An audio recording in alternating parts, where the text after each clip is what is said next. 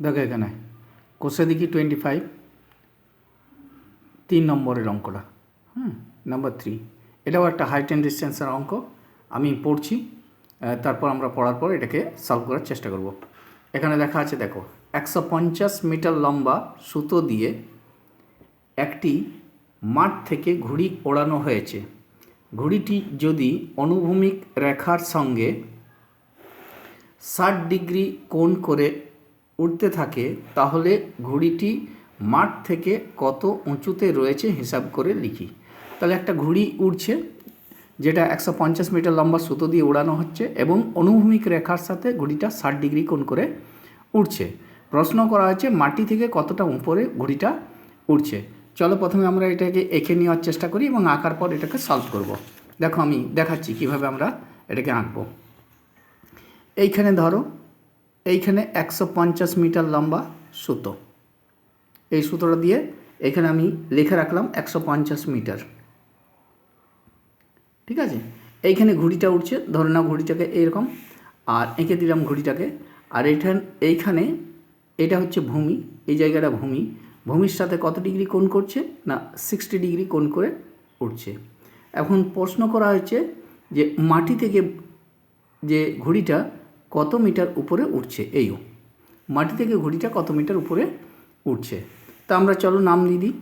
এটা এ, এটা বি, এটা সি।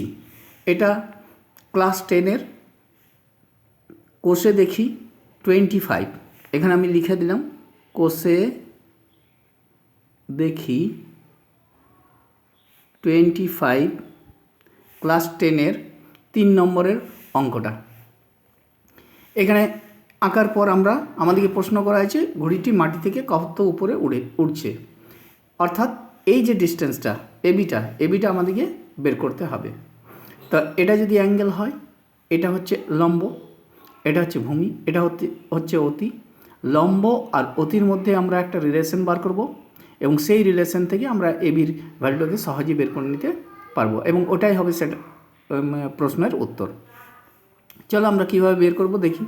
এখানে আমি লিখব ত্রিভুজ এ বি সি থেকে পাই, অনেকেই লেখে থেকে পাই, আমি এই তীরচিহ্ন দিয়ে বুঝিয়ে দিলাম যে এখানে এবিসি ত্রিভুজটা নিয়েছি আমি। এবং যেহেতু এটা রাইট অ্যাঙ্গেল, তাহলে এটা হয়ে গেল অতি, বুঝতেই পারছো। আর এটাই এই অ্যাঙ্গেলের সাপেক্ষে এটা লম্ব, তাহলে আমি লিখব এবি বাই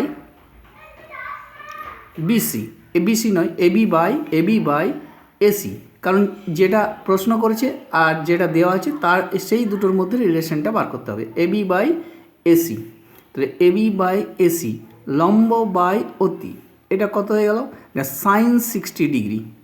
সাইন কত ডিগ্রি? 60 ডিগ্রি।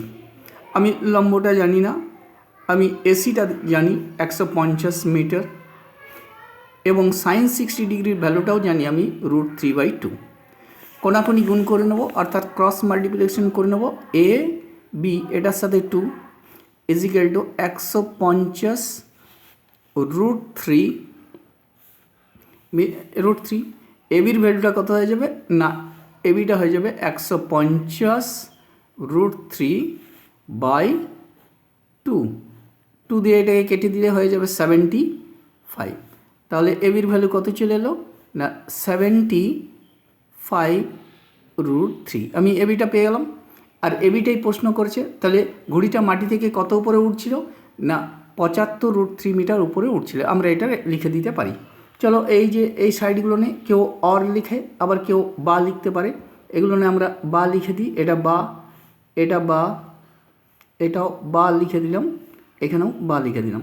এগুলো কমপ্লিট অ্যান্সার পেয়ে গেলাম আমি এবি। তাহলে লিখে দেবো অতএব, এখানে লিখব অতএব ঘুড়িটি মাটি থেকে কত মিটার উপরে না 75 √3 মিটার, এই যে 75 √3 মিটার